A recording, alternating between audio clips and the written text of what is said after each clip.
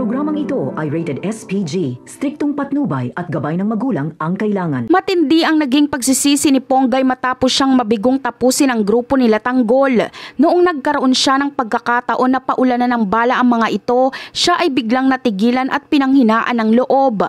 Ang kanyang biglaang pagkaduwag sa gitna ng operasyon ang naging dahilan kung bakit nagkaroon ng sapat na oras sila Tanggol upang makawala at tuluyang makatakas.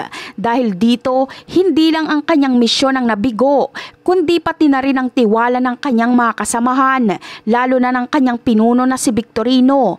Ang sangdaling yun na pag-atubili ang naglagay sa kanya sa alanganin na naging simula ng mas malaking gulo. Pagkabalik nila Ponggay at Victorino sa kanilang headquarters, isang mainit na pagtatalo ang sumalubong sa kanila.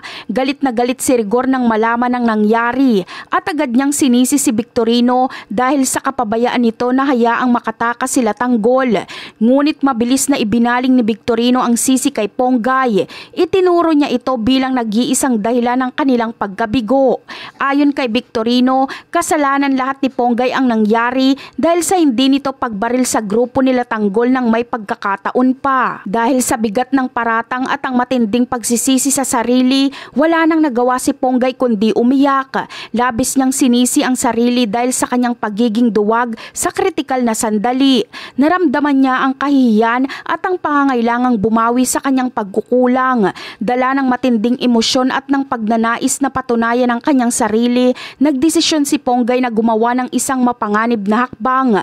Binuo niya ang kanyang loob na mag-isang sugurin ang pinagkukutaan nila Tanggol upang dalhin ang mga ito para iharap sa presinto. Pag-isang ang tinungo ni Ponggay ang kuta nila Tanggol. Sa kanyang pagdating, maingat siyang nagtago sa likod ng isang pader upang magmasid sa kanyang mga target. Habang siya ay nagmamanman, hindi niya sinasadyang marinig ang buong usapan ng grupo nila Tanggol.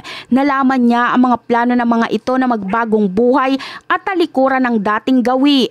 Ang kanyang narinig ay tila tumusok sa kanyang puso.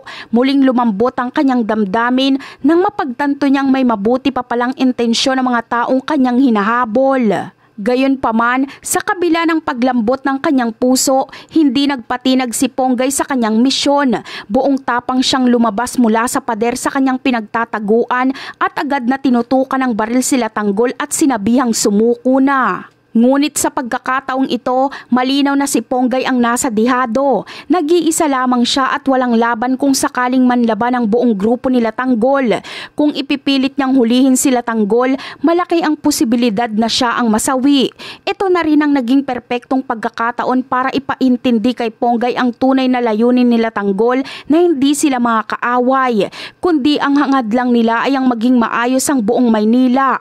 Dito na marahil ang simula upang tuluyang mabago ang isip ni Ponggay at mapag-isipan niyang mas mabuting makipagtulungan na lamang siya kay Tanggol dahil alam niyang nasa tama naman talaga sila Tanggol.